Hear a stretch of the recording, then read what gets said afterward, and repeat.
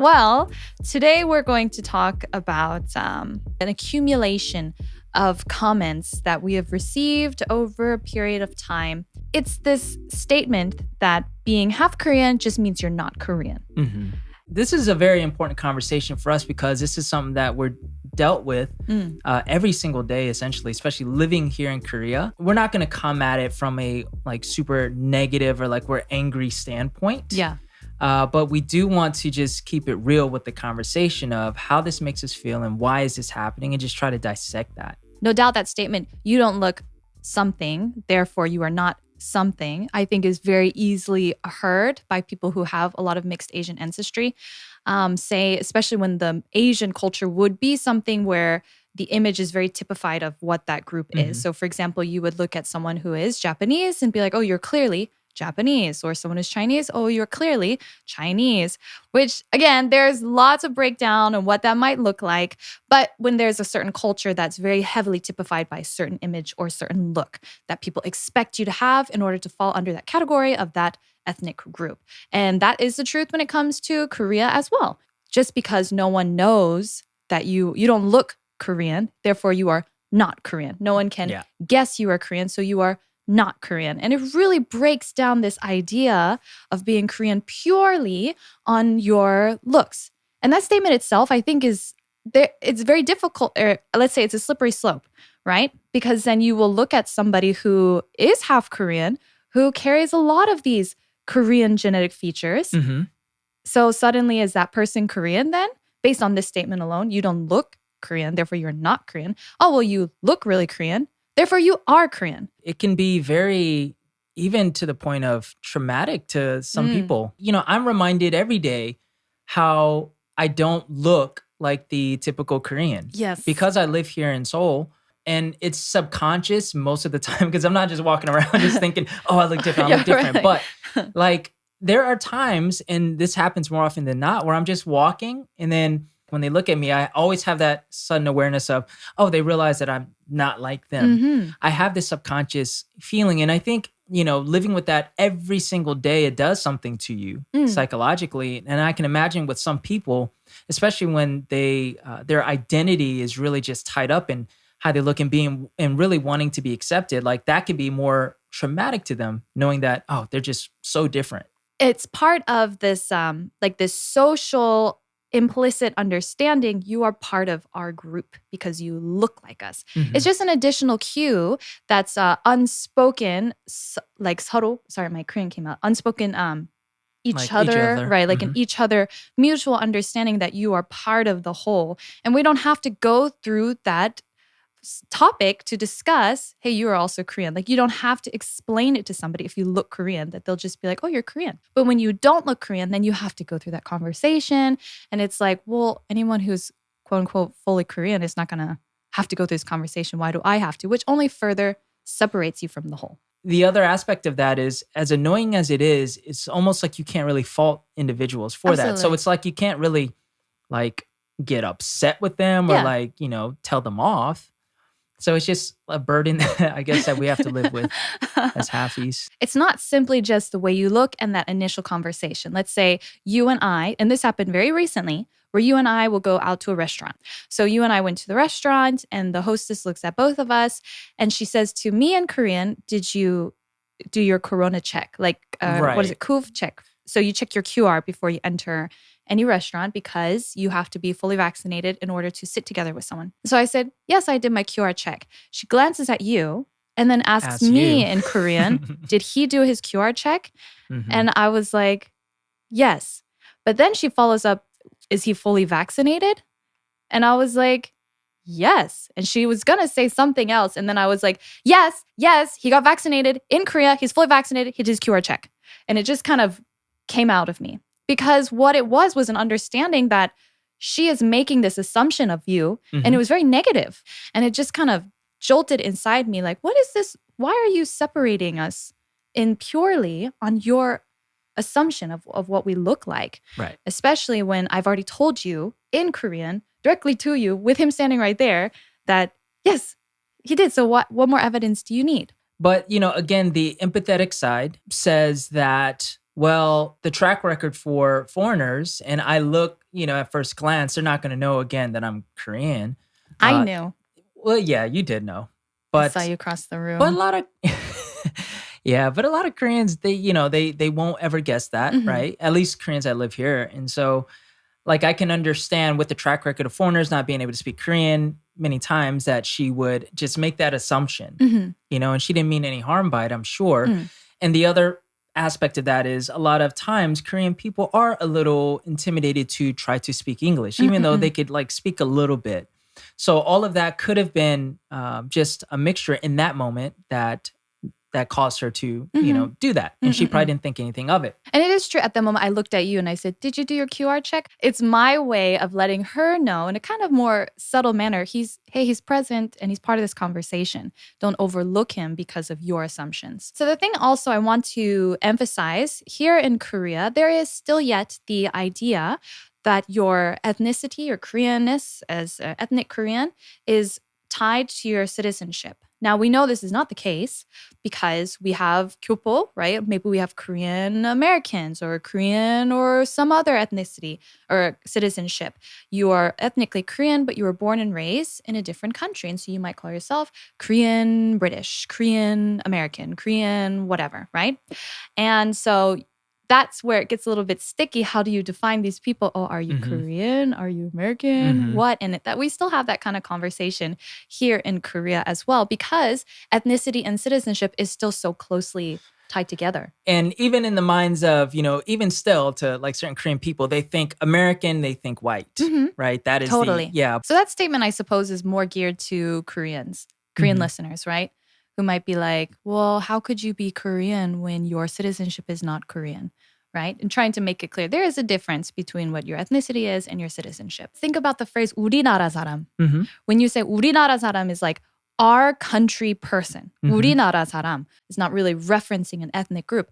However, the underlining understanding is when you say 우리나라 사람, it means Korean, ethnically Korean. Hmm. That's what, because people will use that phrase with me all the time. 우리나라 사람 아니시죠? You're not our Hmm. country person, right? But, I wonder if you take someone who is, for example, a Korean adoptee, Mm. right, who was adopted out from essentially from birth, and they want to come and learn what their culture is. Mm.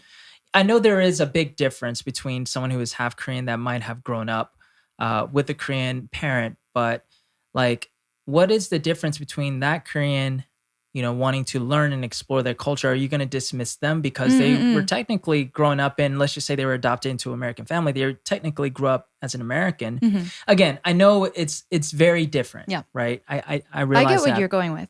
Yeah, but like, what is wrong with an adoptee wanting to learn Korean, wanting to sort of assimilate back into Korean society? Are we going to dismiss them as well?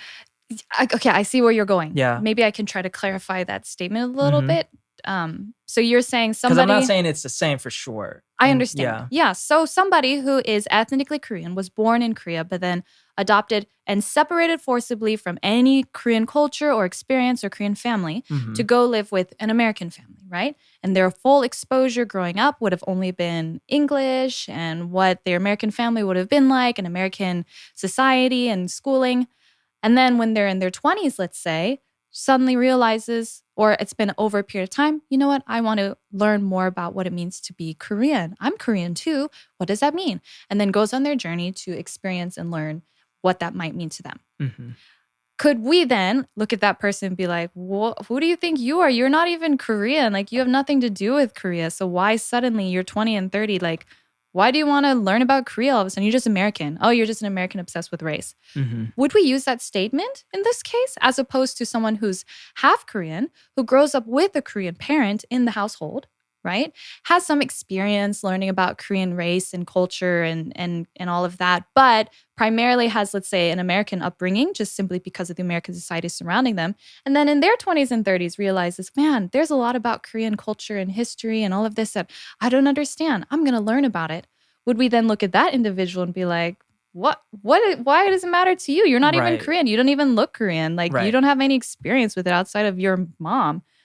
would we use that statement with them in this case? Right. And it feels like, or judging from our own experience, more often than not, it's so much easier for somehow the outside world to look at mixed Koreans and use that statement, as opposed to someone who's 100% ethnically Korean, who is then trying to explore their Korean roots. A lot of times half Koreans are sort of put in a different category of like Mm. being dismissed for wanting to learn about their Korean side. Like for someone like myself, if someone were to say to me, why are you so obsessed? Or like, what's the point? You're not going to be accepted as Korean anyway. Like that's very dismissive. It's very hurtful. That's a very hard it's really, statement. yeah, it's really whatever they're trying to say through that is not true anyway, but it's still hurtful. I want to tack on to this case where we were talking about, say, someone who's mixed Korean wants to then explore their Korean roots, as opposed to someone who is 100% ethnically Korean adoptee who wants to then explore their roots. Now, what about in the case of someone who's half Korean and adoptee? Does their situation become different than somebody who's 100% ethnically Korean and adoptee? Right. Because the problem with this case is still, it comes to the person on the outside looking at you and the assumptions that they're making about you. Yet somebody who is also half Korean and an adoptee may too feel that draw. I would really love to know where my Korean roots are. And then you on the outside looking at the person, you don't even look Korean. Like, what's the big deal? You're just obsessed with race. Like, you grew up in America. Why do you have to? I think then you're somehow categorizing that person based purely on what your assumption is of what it is to look Korean. And therefore a right to being Korean, or a right to have access to Korean culture, or a right to explore all of that. But I mean, that's the beautiful thing about culture and traditions too, is that it does change over time as well. Is that a new culture? Is this no longer Korean culture? And that's the beauty of having these discussions about culture and mixed race and all of these changes that happen. Because it is constantly fluctuating, growing and adapting. Yeah. Right. I mean, but that's a different topic. It is, but just to add a quick comment on that, like I just think if someone who is quarter Korean wants to go back and explore what is being Korean, like what is the culture of Korea, I think let them explore, because it literally is a part of who they are. Whether that's socially acceptable in Korea or not, like to sort of claim that right to be able to explore that as a quarter Korean doesn't matter, in my opinion. I mean, yeah, you'll have a hard sell trying to, present yourself as a Korean to Koreans here, but at the end of the day, like that's who you are. That's part of who you are. That's part of your story. You wouldn't be here if it wasn't for that part of your story. And you don't have to worry about being accepted by everyone or everyone understanding what you're doing.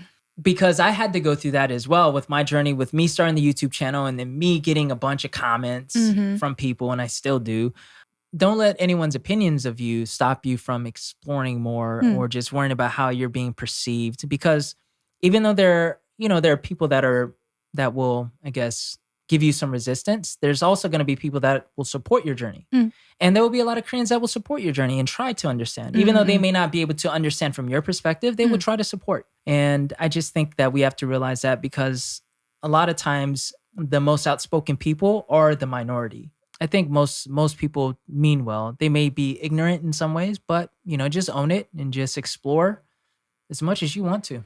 Yeah, it's this hard crossing of one side, the very human desire to be accepted and to find your home, say quote unquote home, right? Because home can carry many connotations, but we have this human natural desire to belong somewhere and to be accepted for who we are, and to not stick out like a sore thumb, to not be shunted to the side, but to actually be just part of the 우리. We're going to use the Korean term, this community, this tightness, this group.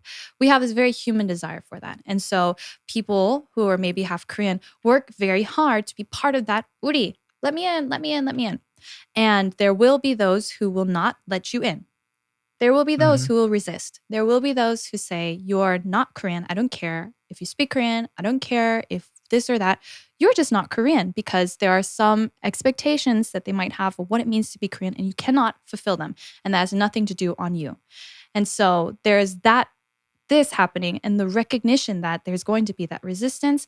And I think the thing that is changing, and I think is important to note, is it's not a bad thing. Mhm. It is not a bad thing to not be part of that uri, because mixed Koreans and Korean kyopos are a separate culture. Things have changed. There are differences. And I think it's just the natural change and flow of culture and time and history. If we want to bring it even a little closer to home, if it might be hard to acknowledge that, like, well, but I am Korean. If it might be hard to acknowledge that there are going to be differences that you just can't overcome, think Mhm. about now as time has passed between North and South Korea. Same Right. peninsula, same bloodlines.